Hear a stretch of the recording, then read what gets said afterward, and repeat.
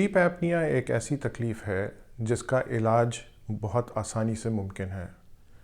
और जितना जल्दी उसको डायग्नोज़ और इलाज किया जाए उतना वक्त के साथ साथ ये बेहतर है ताकि उसके जो मज़ीद असरात हैं वो डेवलप ना हो। ये तकलीफ़ बच्चों में बहुत आम है और ये जहन में रखना ज़रूरी है कि अगर आपका बच्चा ज़ोर से खर्राटे लेता है या मुंह खोल के सोता है या उसको रात में सोते हुए पेशाब करने की तकलीफ़ है तो प्लीज़ इस बात पे तवज्जो दीजिए